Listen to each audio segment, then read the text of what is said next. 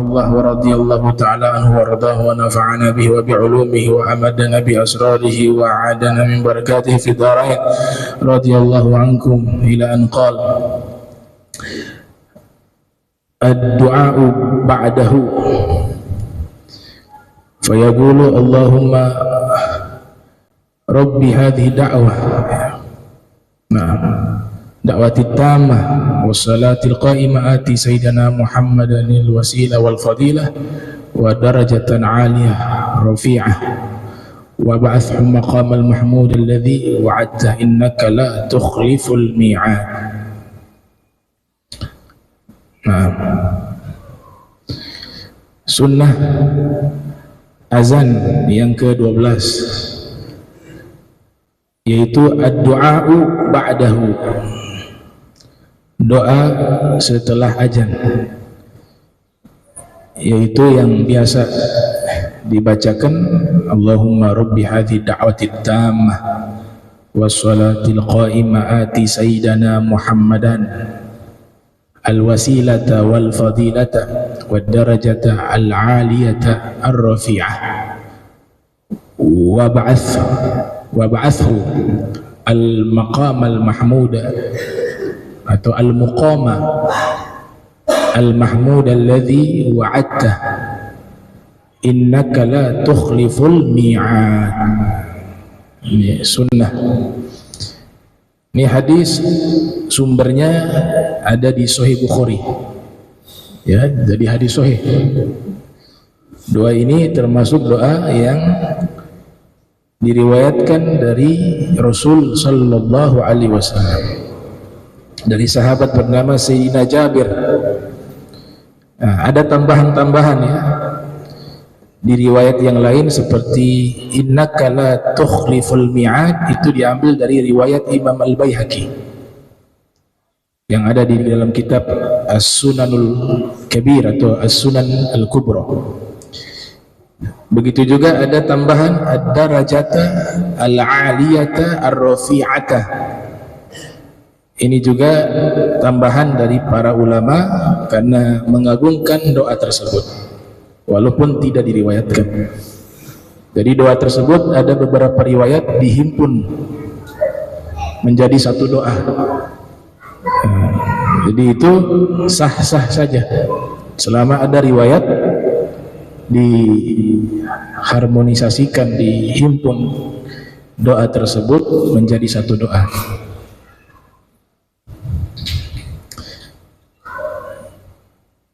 Nah, doa ini juga kalau kita mengamati terutama di bagian kalimat ati sayyidana Muhammada al-wasilata wal fadilata, itu artinya yaitu datangkanlah atau berikanlah kepada pemimpin kami Nabi Muhammad sallallahu alaihi wasallam al-wasilata, sebagai wasilah, dan fadilah, kemuliaan. Maka jelas bahwa yang namanya wasilah itu tidak terlarang. Wasilah itu artinya perantara, al-wasilah. Juga satu akar kata nanti dengan istilah tawassul.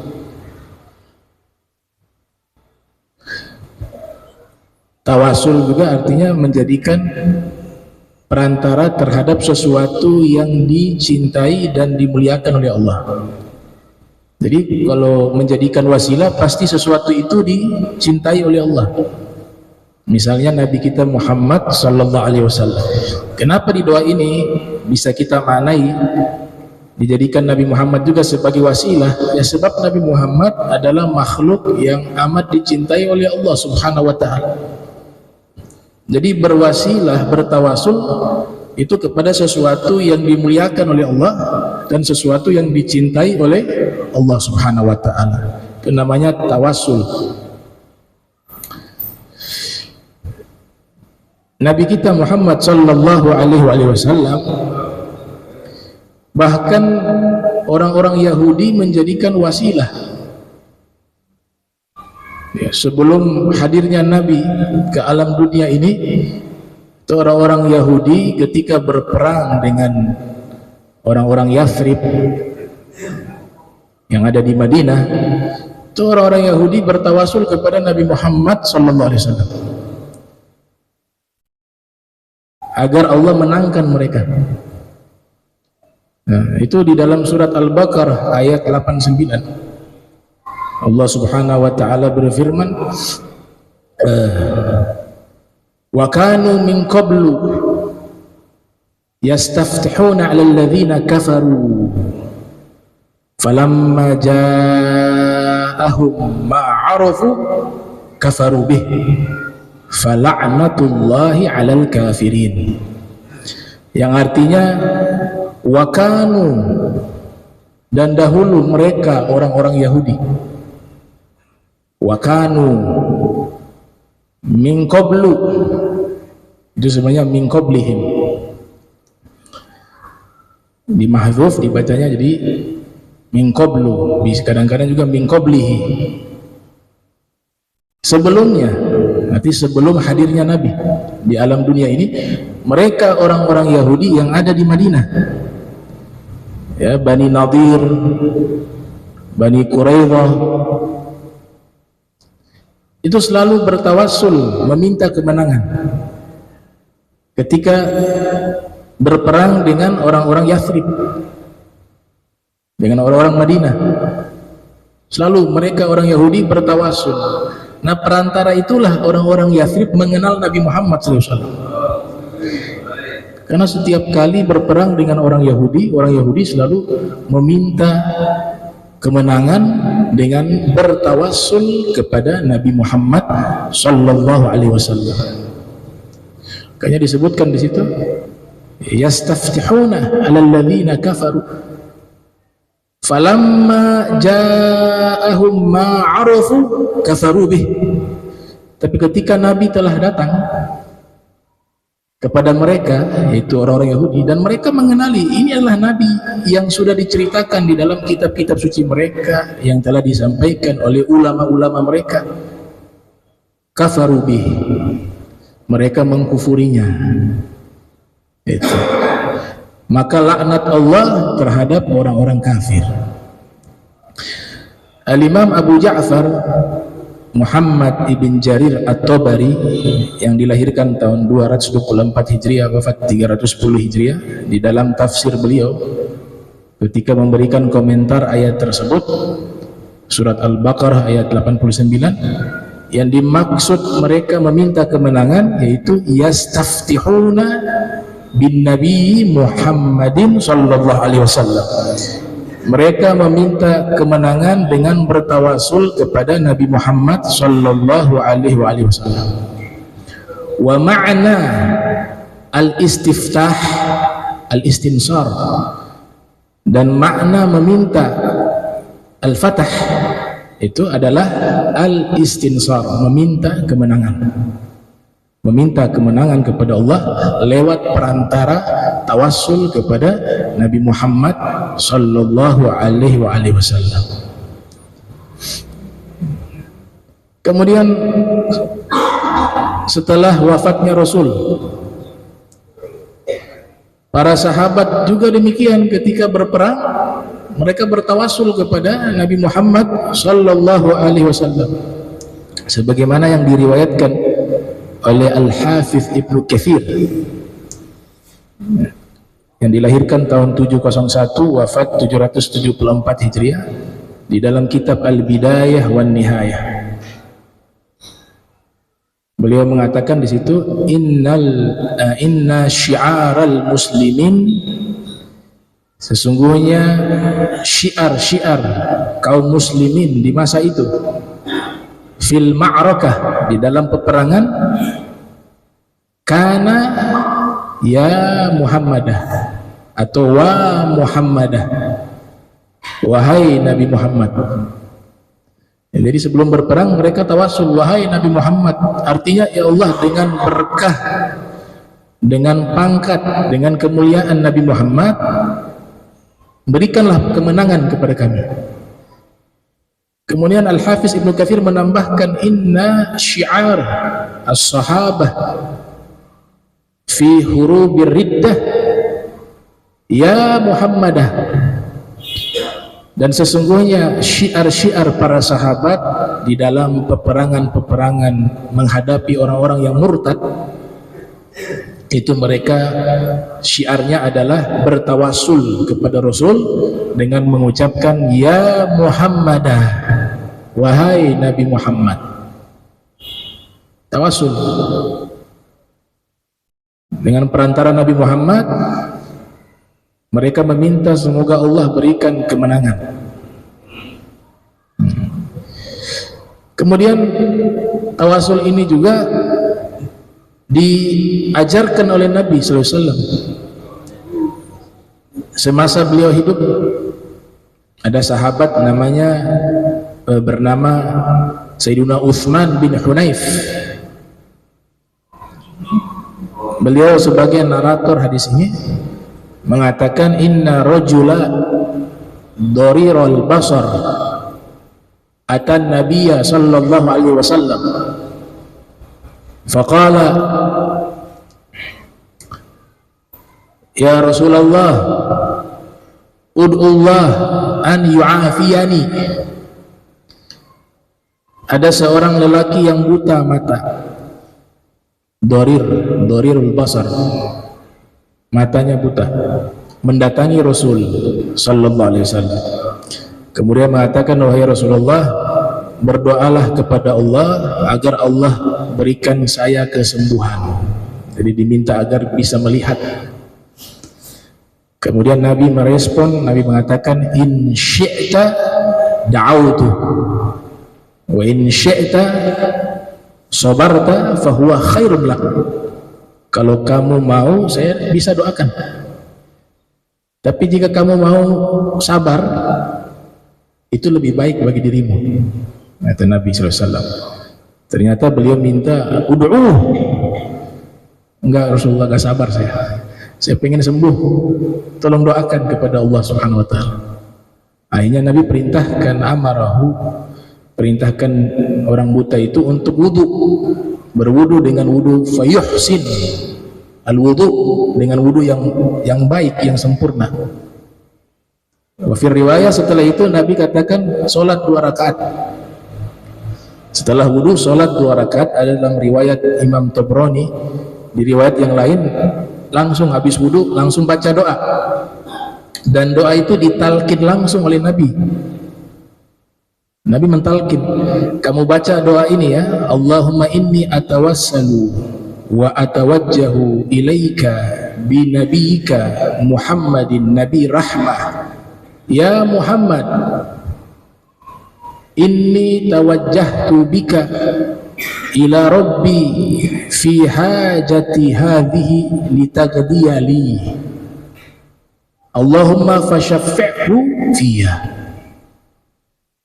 Jadi Nabi yang ajarkan doa tawasul. Kamu baca doa ini, ya Allah, aku meminta padamu dan aku menuju kepadamu dengan nabimu Muhammad, nabi rahmah, nabi yang penuh kasih sayang. Ya Muhammad, sesungguhnya aku menjadikan dirimu sebagai perantara menuju kepada Tuhanku, untuk hajatku dikabulkan oleh Allah dengan sebabmu, dengan perantaramu. Ini sirah dari Nabi sallallahu alaihi wasallam. Maka ya Allah, berikanlah syafaat kepadanya fiyya. Fiyya itu dalam Alfiyah huruf fa bisa jadi huruf fi bisa menjadi sabab. Ba sababiyah, fi sababiyah. Kama naqal Ibnu Aqil fi syarhih, dakhalat imra'atun an-nara fi hirratin habasatha. Seorang wanita telah masuk ke dalam neraka, fi huruf fi, karena sebab, bukan di dalam. Fi, karena sebab hirrah, seekor kucing yang dia kurung sampai mati. Maka Nabi menjadi penyebab digabulkan doa. Nabi menjadi penyebab diturunkan kasih sayangnya Allah. Nah, setelah dia baca doa ini,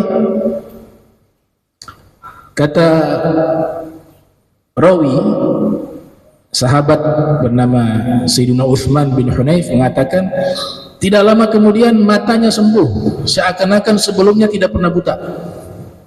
Sallallahu alaihi wasallam. Dan hadis ini dinyatakan sahih, hadis sahih menurut Imam Al-Hakim yang lahir tahun 321 Hijriah, wafat 405 Hijriah. Juga hadis ini diriwayatkan oleh Imam Ibnu Khuzaimah yang dilahirkan tahun 223 Hijriah, wafat 311 Hijriah di dalam sahihnya. Juga hadis ini diriwayatkan oleh Imam Tirmidzi di dalam sunannya yang lahir tahun 209, wafat 279 Hijriah. Dan juga hadis ini disahihkan oleh Syekh Albani. Ya, Syekh Albani mensahihkan hadis ini. Ya, di dalam Sahih At-Tirmidzi. Ya, jadi Imam Tabrani juga yang lahir tahun 260, wafat 360 Hijriah, di dalam Mu'jamnya meriwayatkan hadis ini juga. Dari Syekh Albani mengatakan hadis ini sahih, hadis tawasul ini. Di riwayat Al-Imam Tabrani di situ dinukil kisah setelah wafatnya Nabi sallallahu alaihi wasallam. Di masa khilafah Sayyidina Utsman bin Affan, ada seseorang selalu datang menemui Sayyidina Utsman. Dia meminta pertolongan, meminta uang karena kebutuhan, karena ada hajat. Jadi pada waktu itu Sayyidina Utsman kurang terlalu memperhatikan itu, hingga beberapa kali orang ini tidak mendapatkan bantuan. Maka dia datang ke masjid Nabi, ya sholat. Di saat itu dia bertemu dengan Utsman bin Hunayf yang meriwayatkan hadis tentang tawasul. Dia mengadukan masalahnya kepada Sayyidina Utsman bin Hunayf bahwa saya beberapa kali datang kepada Sayyidina Utsman bin Affan meminta bantuan, tapi sampai sekarang belum ditanggapi. Kira-kira ada saran apa dari engkau nih? Kemudian Sayyidina Utsman bin Hunayf mengatakan, kamu wudu, berbagus wudumu, kemudian sholat 2 rakaat. Setelah itu kamu baca doa ini, doa tawasul tadi. Ya Allahumma inni atawassalu wa atawajjahu ilaika bin nabiyyika Muhammadin nabi rahmah. Ya Muhammad, inni tawajjahtu bika ila rabbi fi hajati hadhihi litaqdiyali. Kamu baca doa ini. Maka dia langsung praktekkan. Wudu, habis sholat, baca doa tersebut. Setelah membaca doa tersebut, maka dia bergegas pergi ke tempatnya Sayyidina Utsman bin Affan. Sampai di depan rumahnya Sayyidina Utsman, ada pengawal di depan rumah, langsung memegang tangannya, ayo masuk. Sayyidina Utsman lagi perlu, dibawa masuk. Ketika dibawa masuk, bertemu dengan Sayyidina Utsman. Sayyidina Utsman minta maaf, beberapa hari lalu kau minta bantuan, saya belum menanggapi ya, karena mungkin beberapa hal. Nah sekarang saya ngasih kamu bantuan ini, uang. Heran dia, baru dipraktekkan tawasul sudah diijabah oleh Allah. Akhirnya diterima itu bantuan. Setelah itu ia keluar menghampiri Sayyidina Utsman bin Hunayf. Pikirannya dia, Sayyidina Utsman bin Hunayf ini sudah berbicara kepada Sayyidina Utsman bin Affan. Ya, setelah mengajarkan doa itu kan Sayyidina Utsman bin Hunayf pergi. Maka dia datang menghampiri, mengatakan terima kasih, mungkin kamu sudah bicara kepada Sayyidina Utsman bin Affan tentang masalah saya. Dia bilang enggak, saya belum sempat ke tempatnya Sayyidina Utsman. Tadi saya langsung pulang ke rumah. Lah, kenapa emang? Kata Sayyidina Utsman bin Affan. Ini tadi saya dikasih bantuan, disambut dengan baik, diberikan bantuan, hajat saya dipenuhi. Itu karena doa tadi yang kau ajarkan mungkin. Itu doa yang kau ajarkan. Dia bilang bukan doa saya itu. Itu doa yang mengajarkan adalah Nabi Muhammad SAW. Nyatakan. Kemudian beliau ceritakan pada waktu itu orang buta ini datang minta doa kepada Nabi agar disembuhkan matanya. Kemudian Nabi ajarkan doa tersebut. Dan demi Allah setelah dia membaca doa tersebut, matanya sembuh dari buta seakan-akan dia tidak pernah buta sebelumnya. Ada dalam kitab riwayat Imam Tabrani. Nah, ini tentang tawasul. Jadi tawasul dari kisah tadi kita bisa simpulkan ada yang tawasul di saat Nabi masih hidup sebagaimana orang buta tadi, dan yang kedua, kasus kedua di masa khilafah Sayyidina Utsman bin Affan, itu Nabi sudah meninggal dunia, sudah pindah ke alam barzakh, tapi sahabat mengajarkan doa tersebut untuk bertawasul kepada Nabi Muhammad SAW di saat Nabi telah wafat. Kita belum putus hubungan dengan Nabi sampai saat ini. Ya, inilah zauk orang yang merasa Nabi masih hadir, beragamanya itu ada rasa, tidak hambar. Nah, sahabat memahami hal itu, maka bertawasul kepada Nabi di saat Nabi masih hidup boleh, dan di saat Nabi telah wafat juga boleh, karena hakikatnya Nabi ada di alam tersebut secara khusus. Maka ada bukti lainnya. Imam Ad-Darimi yang lahir tahun 181 wafat 255 Hijriah, di dalam kitab Sunan beliau, di masa itu masa paceklik kekeringan, datang sekelompok orang menemui Sayyidah Aisyah Ummul Mukminin. Mereka mengajukan masalah mereka bahwa ini sudah lama hujan tidak turun. Bagaimana nih agar kita meminta kepada Allah agar Allah turunkan hujan? Maka apa kata Sayyidah Aisyah? Kalian pergi ke makamnya Rasul SAW, kemudian berdoa kepada Allah sambil menatap ke makamnya Nabi SAW, bertawasul kepada Nabi Muhammad SAW. Maka mereka lakukan, setelah itu hujan turun. Ada dalam kitab Sunan Ad-Darimi. Al-Hafiz Ibn Hajar Al-Asqalani yang lahir tahun 773 Hijriah, di dalam kitab Fathul Bari, beliau menukil riwayat dari Al-Imam Ibnu Abi Syaibah di dalam Musnaf. Jadi bukan nukilan dari Sahih Bukhari, bukan, tapi beliau nukil di dalam syarah Fathul Bari, menukil riwayat dari Ibnu Abi Syaibah dalam musnafnya. Di situ ada sahabat bernama Bilal, bukan Bilal bin Rabah, tapi Bilal ibn Al-Harith Al-Muzani. Waktu terjadi masa paceklik kekeringan, maka beliau datang ke makamnya Rasul SAW. Beliau mengatakan begini, "Ya Rasulullah, istasqi li ummatik fa innahum qad halaku." Wahai Rasulullah, tolong mintakan hujan kepada Allah untuk umatmu yang mereka saat ini dalam keadaan binasa. Setelah itu beliau tidur. Fi riwayah tertidur di tempat tersebut, di pusarannya Rasul SAW. Bermimpi saat itu juga. Ada seseorang mengatakan bahwa Nabi menitipkan pesan kepadamu, kamu datangi Sayyidina Umar bin Khattab. Pada waktu itu masa khilafah beliau, dan sampaikan salam kepadanya dari Nabi Muhammad SAW.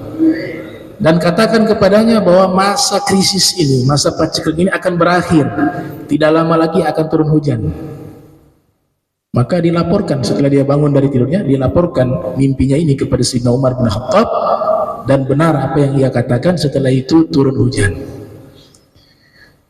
Menariknya, riwayat ini dikomentari oleh Al-Hafiz Ibn Hajar, karena nanti kan bisa saja orang bilang ini dhaif, ini hadis palsu, kan biasa begitu. Al-Hafiz Ibn Hajar memberikan komentar hadis ini dengan menyatakan bahwa hadis ini isnadun sahihun, sanad yang sahih, apalagi dikuatkan di dalam riwayat Imam Bukhari yang lahir tahun 194 Hijriah, wafat 256 Hijriah. Imam Bukhari meriwayatkan sebuah riwayat dari Sayyidina Umar bin Khattab. Di masa Sayyidina Umar bin Khattab mengalami masa paceklik, kemudian Sayyidina Umar bin Khattab berdoa,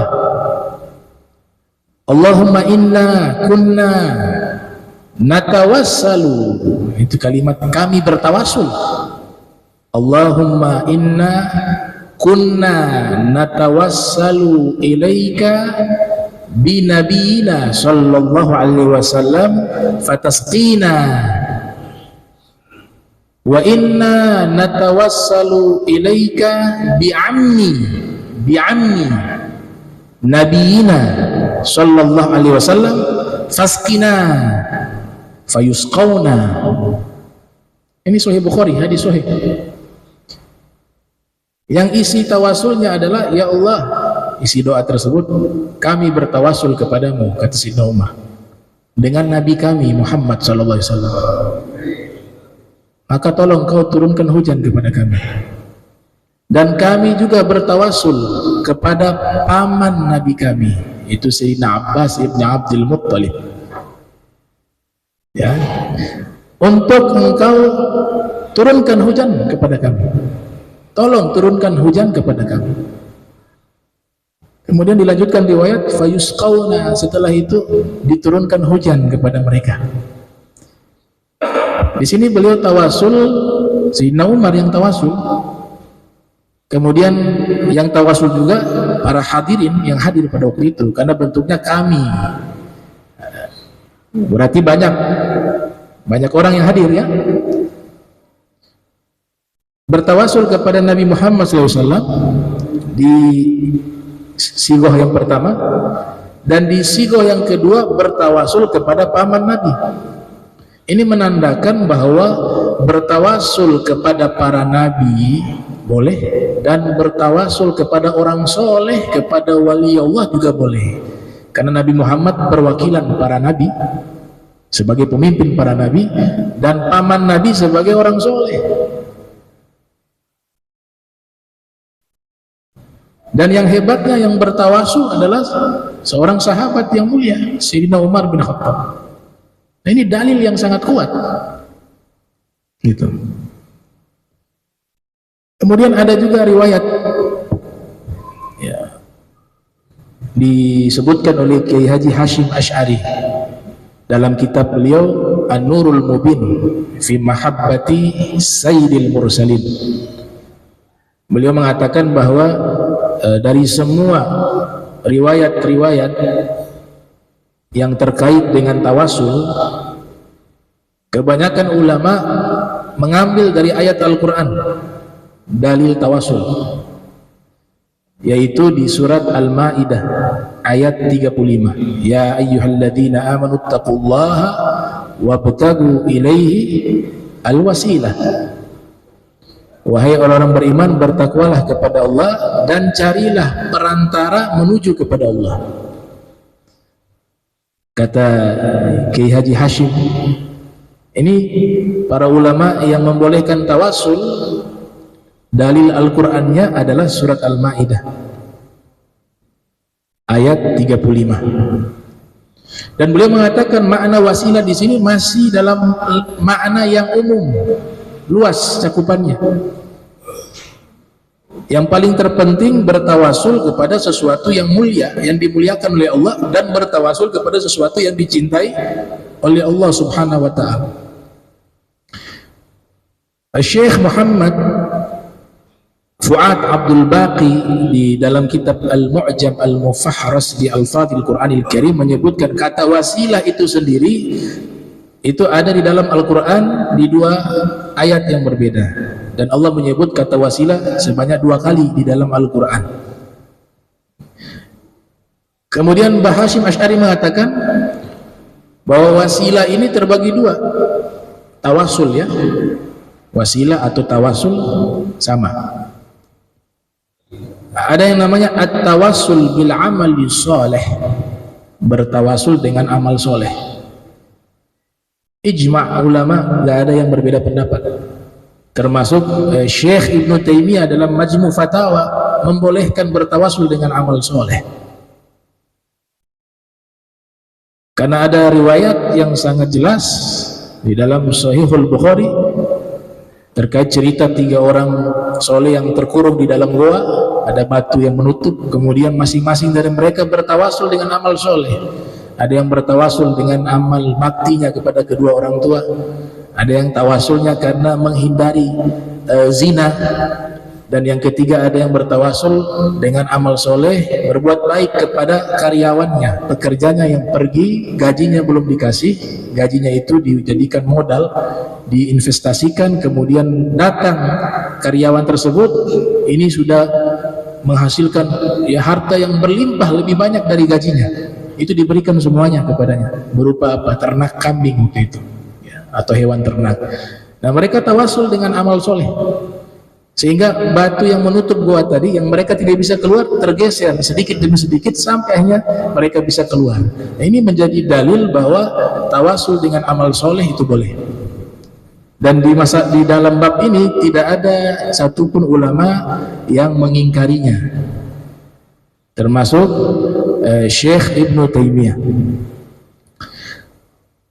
Kata Mbah Hasyim Asy'ari, tawasul jenis kedua disebut dengan at-tawassul bi arbab al-fadail, tawasul kepada orang-orang yang memiliki kemuliaan di sisi Allah. Nah, di dalam bab inilah terjadi khilaf, terutama kritikan dari Syekh Ibnu Taimiyah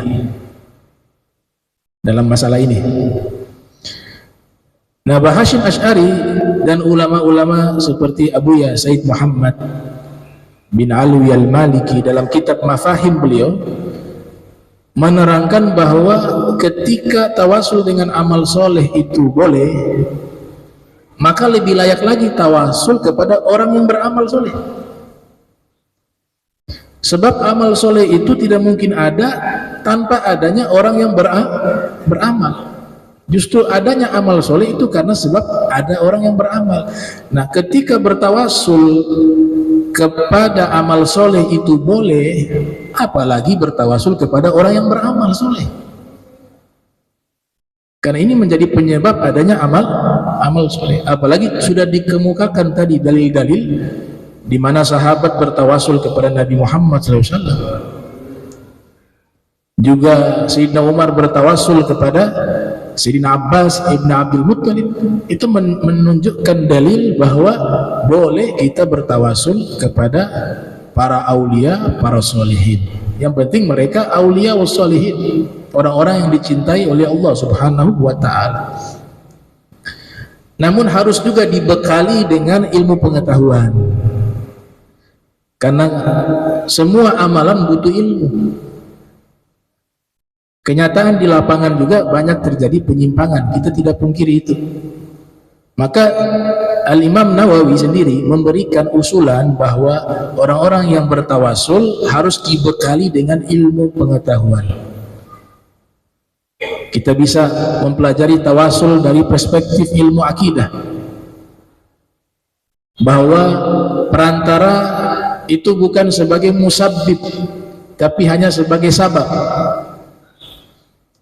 Yang kita jadikan wasilah itu hanya sabab, tapi yang menyebabkan terjadi adalah Allah. Ini jangan sampai salah di dalam meyakini sesuatu.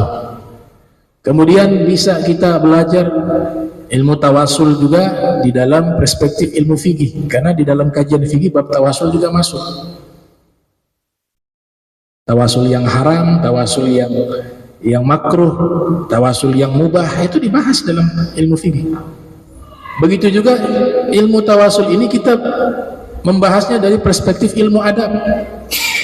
Ya, karena tawasul juga masuk ke dalam bab adab. Misalnya ya dijelaskan oleh Al-Imam Nawawi wa juga Al-Imam Ibn Hajar Al-Haytami, Sayyidina Bilal ketika datang ke kota Madinah sejak wafatnya Nabi, beliau hijrah ke Syam. Kemudian dalam satu waktu bermimpi berjumpa dengan Rasul SAW. Kemudian Nabi mengatakan, apakah kamu menjauh dariku wahai Bilal?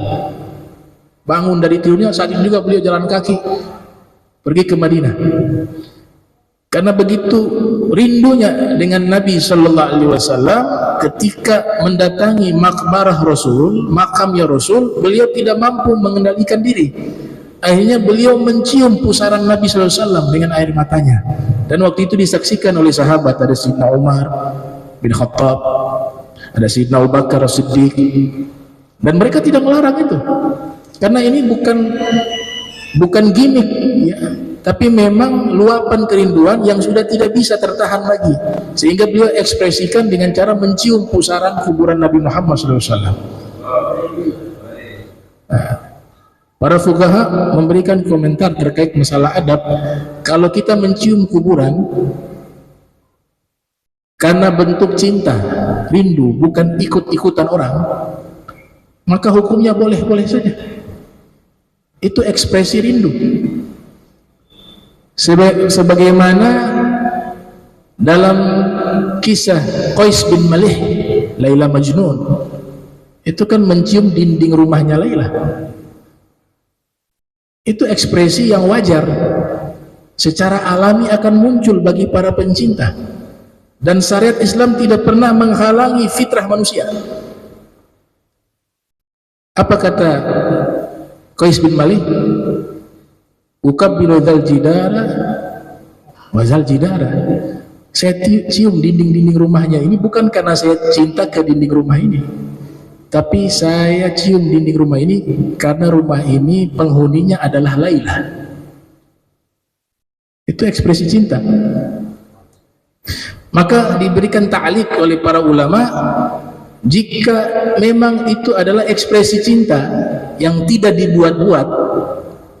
Saya termasuk pribadi yang jarang sekali ziarah cium kuburan. Saya takut masuk ke buat-buat.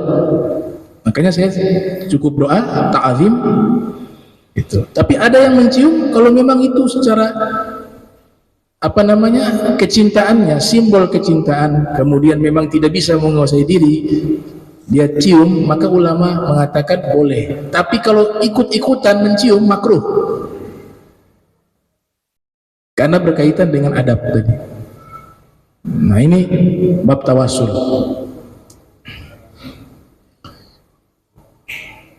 Nah, para ulama terdahulu sudah menerangkan ya. Ada kitab karya Imam Taqiyuddin As-Subki, Shifa'us Saqam fi Ziyarati Khairil Anam. Al-Imam Taqiyuddin As-Subki mengatakan bahwa masalah tawasul sejak masa Rasul sallallahu alaihi wasallam hingga masa kami, masa beliau itu kurang lebih abad 6 atau 7 Hijriah. Ini Taqiyuddin As-Subki, ayah dari Tajuddin As-Subki. Beliau mengatakan masalah tawasul tidak pernah diingkari oleh satupun ulama sejak masa Rasul hingga masa kami. Bisa dilihat di kitab Shifa'us Saqam. Kemudian dikuatkan juga oleh pendapat Al-Imam Ibn Hajar Al-Haytami yang dilahirkan tahun 909 Hijriah, wafat 974 Hijriah. Al-Imam Ibn Hajar Al-Haytami juga mengatakan pernyataan yang sama, bahwa tawasul ini adalah satu amalan yang tidak pernah diingkari, kecuali ada beberapa tokoh saja yang mengingkari dan disebutkan nama-namanya di situ. Tapi secara keseluruhan mayoritas ulama membolehkan. Itu dalam kitab Al-Jauhar Al-Munazzamu fi Ziyaratil Al-Qabri Al-Mukarram, karangan Al-Imam Ibn Hajar Al-Haytami. Bahkan ulama belakangan mutaakhir yang namanya Syekh Abu Hamid itu menulis kitab berjudul At-Tawassul bin Nabi was Salihin, tawasul kepada Nabi dan orang-orang soleh. Yang lebih lengkap lagi pembahasan tentang dalil tawasul secara komprehensif itu ditulis oleh As-Sayyid Abdullah bin Muhammad bin Siddiq Al-Gummari berjudul Ithaful Azkiya bi Jawazit Tawassul bil Anbiya wal Auliya, dan yang cukup lengkap juga karangan Abu Ya Said Muhammad dalam kitab Mafahim Yajib an Tusahhah ya, an Tusahhah. Di situ menerangkan bolehnya bertawasul. Cuma saran kami ya, sebelum tawasul ada baiknya belajar dulu dari 3 perspektif: ilmu akidahnya, ilmu fikihnya, dan ilmu adabnya. Namun kesimpulannya tawasul itu tidak terlarang, bahkan dia bagian daripada ajaran agama Islam yang dibawa oleh Nabi kita Muhammad sallallahu alaihi wasallam. Maka coba doa azan itu kalau direnungkan, al-wasilah ya, berikanlah ati, itu artinya ata yu'ti, berikanlah. Kemarin bedanya a'ta sama ata.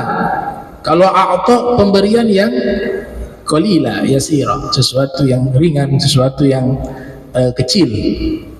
Tapi kalau menggunakan lafaz ata itu artinya memberikan sesuatu yang begitu besar.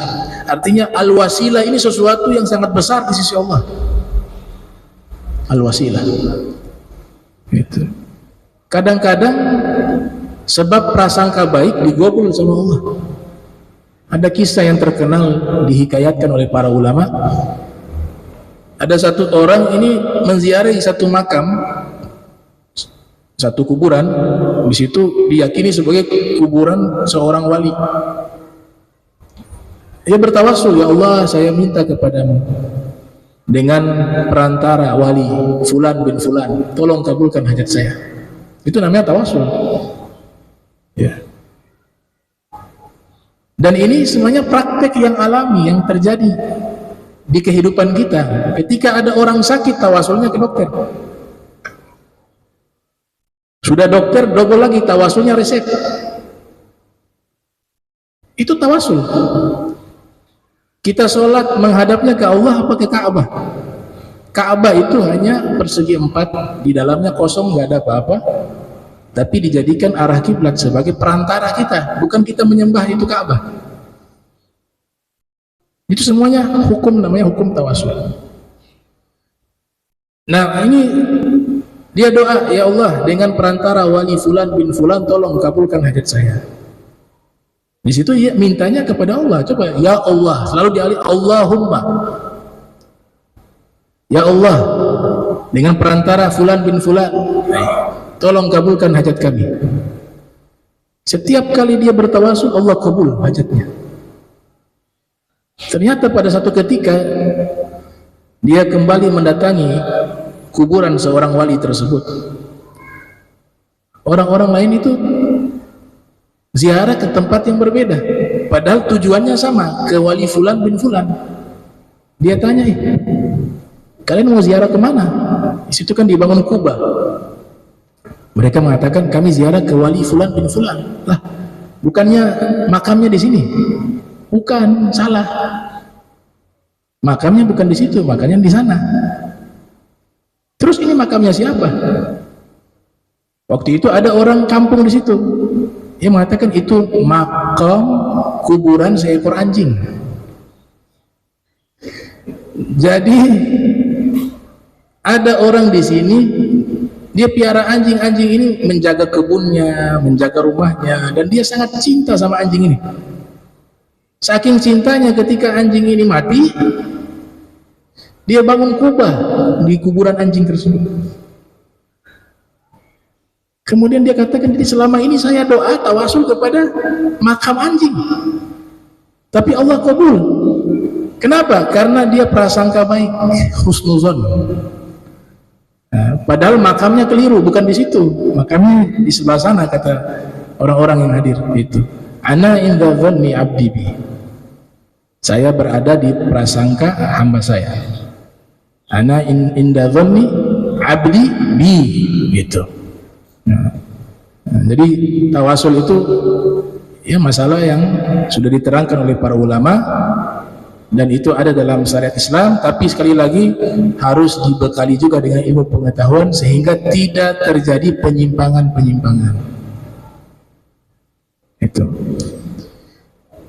Kemudian sunnah berikutnya di sini, wa yazidu Allahumma inna nas'aluka al-afwa wal afiyah fid dunya wal akhirah. Sunnah yang ke-13, setelah membaca doa tersebut ditambahkan dengan doa Allahumma inna nas'aluka al-afwa wal afiyata fid dunya wal akhirah. Ya Allah, sesungguhnya kami meminta kepadamu maaf dan keselamatan di dunia maupun di akhirat.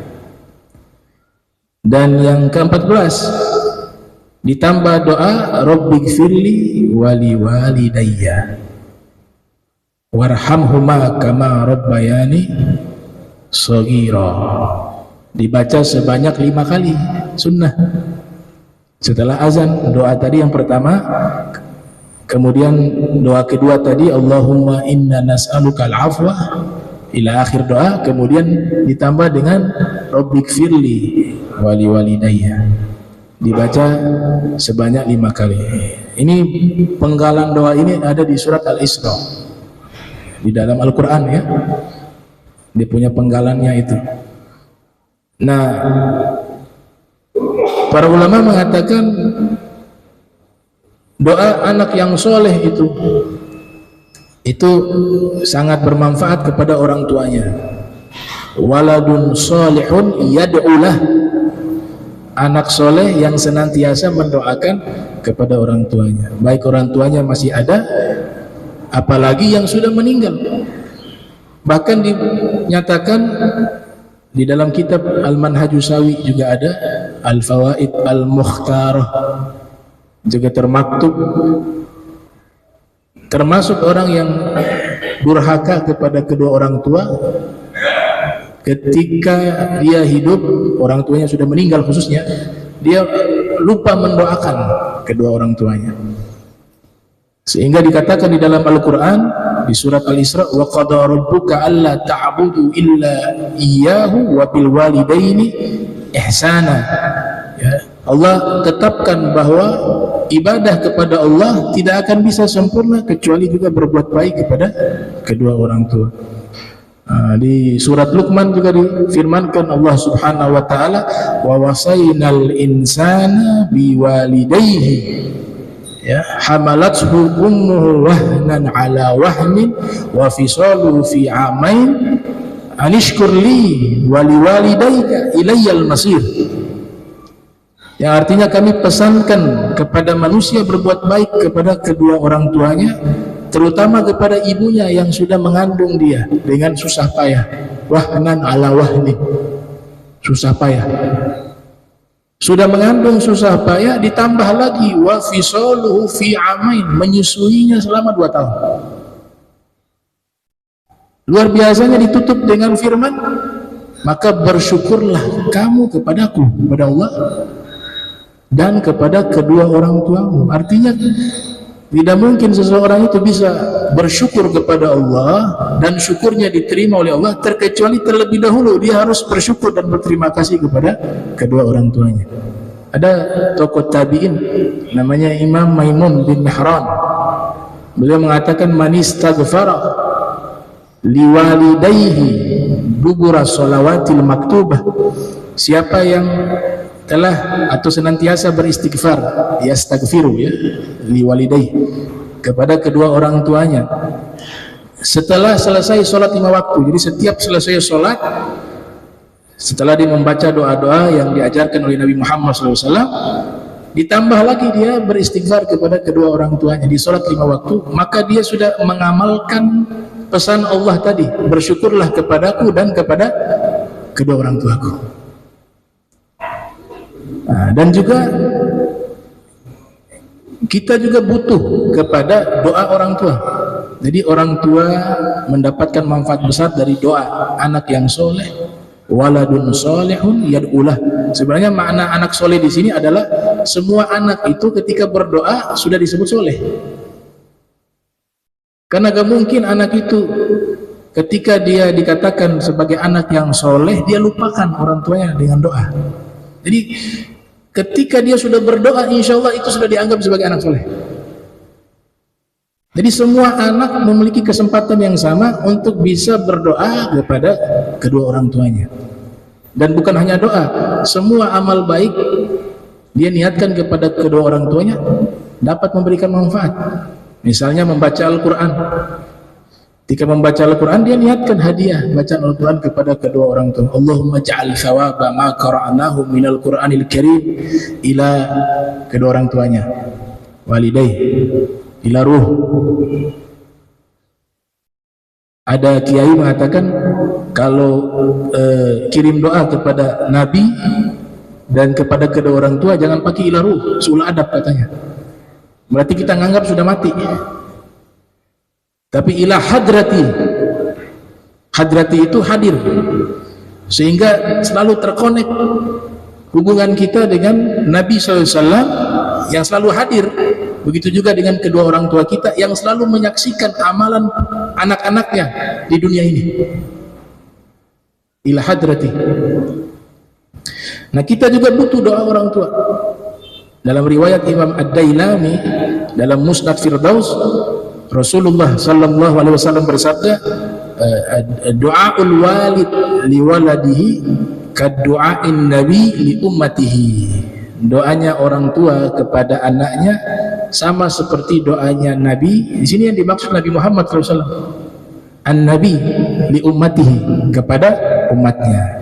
Maknanya bukan berarti sama seperti doanya Nabi, tidak, tapi artinya saking mustajabnya doa orang tua seakan-akan mirip-mirip doanya Nabi Muhammad SAW. Itu mustajab. Nah, doa yang bagus untuk kita baca kepada kedua orang tua tadi kutipan penggalan ayat Al-Quran, Rabbighfirli wali walidayya warhamhuma kama rabbayani shaghira. Ya. Ada kalau wali walidayya itu dua orang tua.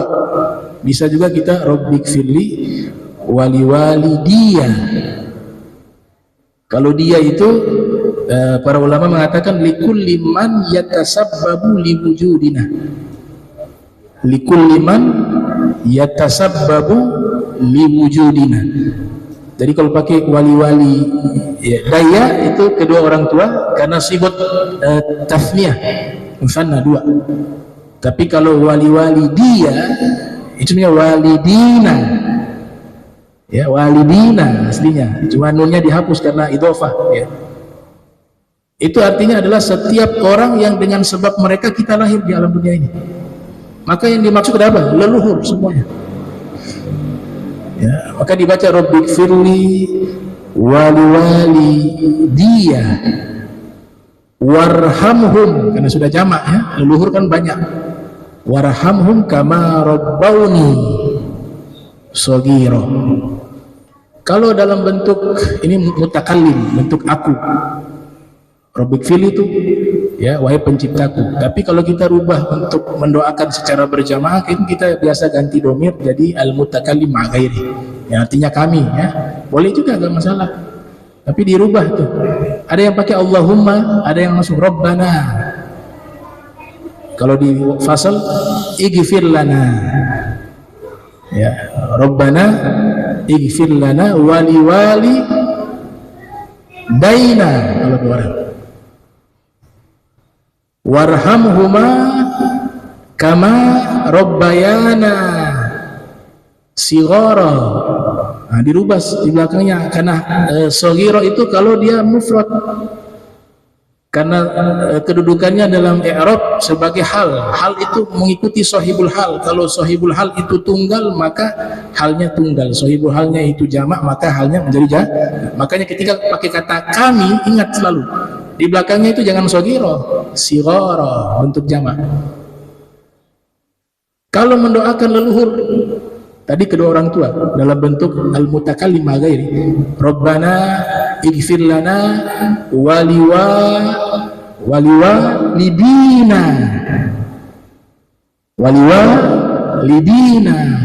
warhamhum, bukan huma, warhamhum kama rabbawna sighara. Allahumma jamna hadha jam marhuma wa tafarraqna min ba'di tafarruqan ma'suma wa la tajlimina wa la sakila mahruma subhanaka bihamdika asyhadu an tastaghfiruka wa atubu ilaik wa sallallahu alaihi Muhammadin wa ala alihi wa sahbihi wa barik wa sallam wa lakum minkum assalamu alaikum warahmatullahi wabarakatuh.